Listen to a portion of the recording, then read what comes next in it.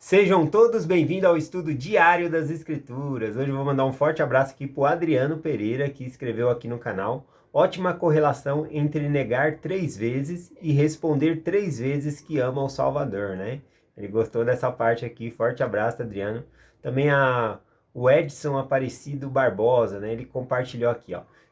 Tenho muitas coisas na minha vida pelas quais agradeço regularmente ao Senhor. E uma delas é a oportunidade que ele me dá de aprender tanto, né? Ele está falando de aprender tanto aqui no canal, né? E está junto com a gente aqui. Então, gratidão, suas palavras tocaram meu coração. Bom, vamos continuar estudando junto. Também toco muito o meu coração estar aqui com vocês. Eu anseio, né, por estar aqui com vocês e compartilhar essa mensagem. Então, um forte abraço para você, Edson Aparecido Barbosa, tá bom? Gratidão por você estar aqui com a gente. Ele termina com a frase aqui que eu amo, né? Até amanhã. Então, até amanhã. E também aqui tem a minha filha do coração, a Yara Cristina, né? Ela colocou aqui o link, né, de uma aula que eu já tinha dado a respeito de alguns detalhes sobre o cantar do galo na ocasião em que Jesus Cristo diz, né, que Pedro negaria ali 3 vezes, tá bom? Então ela colocou o link. O que eu fiz? Eu peguei e coloquei o link no topo dos comentários, tá bom? Então quem quiser ver a aula anterior é só ir lá e clicar nesse link, tá bom? Gratidão, filha. Vamos lá aqui para a mensagem de hoje. Vou compartilhar com vocês aqui Mateus capítulo 26, a partir do versículo 36, né? Continuando a mensagem aqui, ele diz assim, ó. E então chegou Jesus com eles a um lugar chamado Getsêmani e disse aos seus discípulos: assentai-vos aqui enquanto vou ali orar. Bom, aqui então, aqui é a continuação da mensagem. Ele saiu do cenáculo ali, né, da onde ele estava fazendo a Páscoa. Ele caminha com seus apóstolos até o jardim do Getsemane. E é possível que outros discípulos também acompanharam, né? Nós temos um detalhe lá no livro de Marcos que um dos soldados agarrou, né, as vestes de uma pessoa que estava lá, que era discípulo de Jesus Cristo também, tá bom? Então, sem ser um apóstolo, né? Bom, enfim, ele foi então para o jardim do Getsemane aqui. Essa palavra aqui, Getsemane, né, é no Monte das Oliveiras, onde é plantada as azeitonas, né, as árvores, a oliveira que dá azeitona ali. E embaixo do Monte das Oliveiras, né, lá embaixo tem um lugar onde é chamado Getsemane, é um lugar mais baixo, o Vale de Cedron, tá bom? Lá é onde é levada essas azeitonas, e aí ela é colocada num lugar onde uma grande pedra vai rolando, né? Duas pessoas facilmente conseguem fazer essa pedra rolar. É uma pedra gigantesca, né? Tonelada ali, pesando. E aí quando é jogado um monte de uva ali, o que acontece? A pedra vai passando, rodando, e aí vai esmagando até mesmo o caroço da azeitona, para você ver a tonelada que é essa pedra. Até mesmo o caroço da azeitona, ela é esmagada, né, esfarelado ali, né, a carne do próprio do próprio azeitona, né? Então aquilo vira uma pasta só, tá bom? É como se virasse uma pasta só. Então esse era o primeiro processo aqui no jardim do Getsemane. O segundo processo para se extrair ali da azeitona o óleo de oliva, né? Eles colocavam então em cestos flexíveis, né, com tecido ali, colocava toda essa pasta e aí então ele colocava uma pedra em cima e uma madeira do outro lado na qual eles iam colocando mais pedra. E aí então ia imprensando esse azeite, né? Essas azeitonas, essa pasta, e aí ela soltava uma água, depois começava a soltar uma água como um vinagre, e depois começava a sair o óleo, né? Por último começava a extrair o último óleo ali. E o último óleo que era extraído, quando era colocado mais peso, era um óleo vermelho. Você olhando assim, parecia que estava realmente saindo sangue quando estava exprimendo. E Isaías, ele descreve o sofrimento de Jesus Cristo com essa prensa de azeite, né? Que ele foi moído por nossas dores, né? Pesado por nossas transgressões, né? Então, Isaías faz essa comparação e não é à toa que Jesus Cristo vai justamente no Monte das Oliveiras, ali no Vale de Cedron, ali no jardim do Getsemane. Getsemane, a palavra significa prensa de azeite, tá bom? Então é esse significado. Então é ali realmente que Jesus Cristo ele vai pagar, né, pelos nossos pecados aqui. Então ainda aqui no versículo 36, ele disse para os discípulos, ficai aqui que eu vou ali orar, né? Na verdade, ele diz para alguns ficarem ali. Ele toma 3 deles e manda seguir, né? O versículo 37 diz, ó, e levando consigo Pedro e os 2 filhos de Zebedeu, começou a, começou a entristecer-se e angustiar-se muito. Bom, então aqui não fala quem são os outros dois, aqui fala que é Pedro e os 2 filhos de Zebedeu. Né? No livro de João, capítulo 18, tem os detalhes com nomes aqui que a gente é bem interessante estudar, tá bom? E lá diz que os 2 que ele levou foi Pedro, Tiago e João. Né? Pedro e Tiago e João que foram com Jesus Cristo. E aí, chegando em determinado local, ele fala, né, para esses 3 discípulos orar com ele, ficar vigiando e velando com ele ali, enquanto ele vai um pouquinho mais se afastar e orar ali, tá bom? Então, aqui, para esses 3 aqui, ele diz algo aqui, né, o versículo 36, né, e levando consigo Pedro e os 2 discípulos, 2 filhos de Zebedeu, começou a entristecer-se e angustiar-se muito. Então lhe disse: a minha alma está cheia de tristeza até a morte. Ficai aqui e velai comigo. Então ele dá uma ordem, né? Ele abre o coração dele, né? Eu acho que essa é uma das únicas vezes que Jesus Cristo expressa o sentimento dele assim, no sentido de dizer com profunda tristeza, né? Que ele está triste até a morte, né? Essa é a palavra que ele falou aqui, né? Entristeceu-se, angustiou-se muito. Ele disse: minha alma está cheia de tristeza até a morte. Então a angústia que ele já estava sentindo ali era horrível, muito grande. Então ele pede para os seus discípulos velar por ele, orar por ele ali, né, para vigiar ali junto com ele enquanto ele fosse um pouco além orar ali. Né? No livro de Lucas, capítulo 22, diz que Jesus Cristo se afasta dos 3 aqui cerca de um tiro de pedra, que significa 30 metros de distância. Numa noite escura, ele então vai para lá e os discípulos não o vê. Né? Ele deixa ali os discípulos encarregados de orar, de vigiar, enquanto ele estivesse ali pagando pelos pecados da humanidade. Porém, ainda assim que os discípulos pudessem estar orando, não diminuiria o peso, o sacrifício de Jesus Cristo, tá bom? Mas é muito importante a pessoa sentir um apoio, saber que alguém está olhando por ela, mesmo que aquela pessoa não possa fazer nada por ela. Então, Jesus Cristo não queria passar esse momento sozinho. Então, ele pede para que eles pudessem orar nesse momento aqui. Vamos continuar aqui. Versículo 39. E indo um pouco mais para adiante, prostrou-se sobre o seu rosto, orando, dizendo: Pai, se possível, passa de mim esse cálice, porém, não seja como o que eu quero, mas como tu queres. Bom, essa palavra aqui é carregada de sentimento. Essas semanas a gente vai estar finalizando os ensinamentos aqui dos 4 evangelhos, né, nesses próximos meses aqui, né?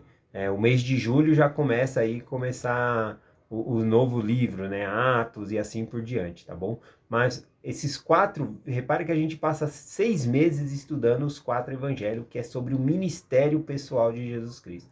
Então são 6 meses estudando.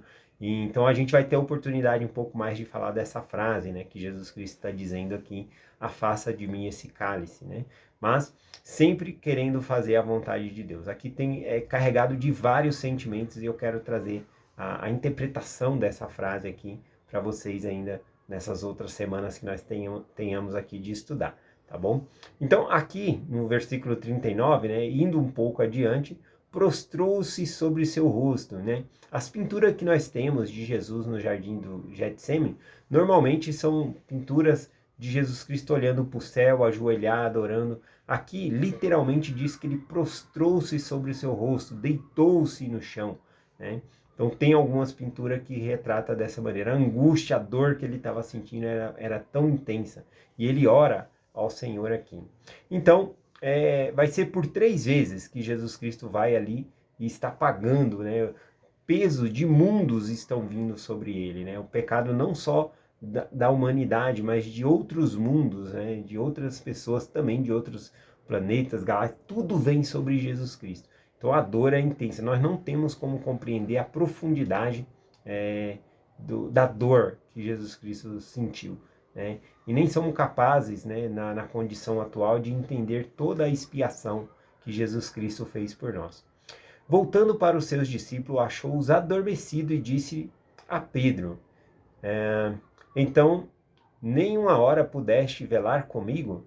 É interessante, né, que Jesus Cristo falou, olha, velai comigo, orai, vigiai aqui. E quando ele volta, ele achou os discípulos dormindo, né, esses três aqui dormindo. E então ele fala, né, para Pedro, nem uma hora pudeste velar comigo. Então ele faz novamente o mesmo pedido, né, versículo 41. Vigiai e orai, para que não entreis em tentação. Na verdade, o espírito está pronto, mas a carne é fraca. O que que significa, né? Aqui a gente vê ele novamente pedindo vigiar e orai, né? Pedindo novamente para eles orar e ficar em oração enquanto ele vai além ali, novamente sofrer pelos pecados de toda a humanidade. Mas o que que significa isso, né? O espírito está pronto, mas a carne é fraca. Nesse contexto histórico aqui, ele não quer dizer pecado, que a carne significa o pecado. Ele está falando do cansaço físico realmente dos discípulos. Aqui Cristo está dizendo, eu reconheço, né, que vocês têm o desejo de orar e de estar aqui velando por mim. Os apóstolos tinham esse desejo, mas o corpo físico não estava permitindo, estava no limite, né? Eles dormiram, eles adormeceram, eles não conseguiram. E apesar dessa severa advertência de Jesus Cristo aqui, ele vai então novamente orar e quando ele volta, novamente eles vão estar dormindo, né? Vamos continuar aqui, ó. Versículo 42. E indo uma segunda vez, orou, dizendo, Pai, passa este cálice, se não... Pai, se este cálice não se pode passar de mim, sem eu o beber, faça-te a tua vontade. E voltando, achou-os outra vez adormecidos, porque os seus olhos estavam pesados. E deixou-os e voltou pela terceira vez, dizendo as mesmas palavras. Voltou para fazer uma oração, né? Então, veja que ele volta a segunda vez, os apóstolos estão ali dormindo novamente, e ele não acorda eles, né, dessa vez. Ele somente vai, né? Ele só queria alguém para estar velando por ele, orando ali, e então ele vai. Interessante que realmente, às vezes, o coração das pessoas vai falhar. A gente vai querer pessoas, talvez nem vai resolver o nosso problema, mas ouvir a gente, conversar com a gente, saber que elas estão a par, que elas estão te dando atenção quando você está compartilhando, né, as suas dificuldades. Hoje em dia, as pessoas, quando você está compartilhando suas dificuldades, a pessoa fala, nossa, essa pessoa é muito negativa, essa pessoa fala só coisa ruim. Às vezes, a mulher ela não está sendo negativa, ela está desabafando, ela não está reclamando, ela está desabafando. Ou o homem também, vice-versa, né? O homem pode estar desabafando e a pessoa pode achar que ela está só reclamando, e não é esse o caso, né? E aqui a gente viu aqui que os homens falharam, né? E muitas vezes os homens vão falhar conosco. O que que acontece então? Lucas, no capítulo 22, revela que Deus ele enviou um anjo para estar ali com Jesus Cristo. Novamente, a presença de um anjo junto com Jesus Cristo ali, né? Em Lucas 22 diz que o anjo o fortalecia. Mas o anjo não podia fazer nada para passar a dor em lugar de Jesus Cristo. Apenas ele estava ali assistindo, sabendo, né, estando com Jesus Cristo ali. É outra mensagem bonita que eu quero compartilhar com vocês, né, quando chegar a Lucas 22 aqui na designação. E então chegou junto dele os seus discípulos e disse, né? Então Jesus Cristo pela terceira vez agora volta aos seus discípulos e diz: Dormi agora e repousai. Eis que é chegada a hora que o Filho do Homem é entregue na mão dos pecadores. Levantai-vos e partamos. Eis que se aproxima o que me trai, né? Se referindo a Judas ali. Mas veja bem aqui essa frase, né? Jesus Cristo volta pela terceira vez.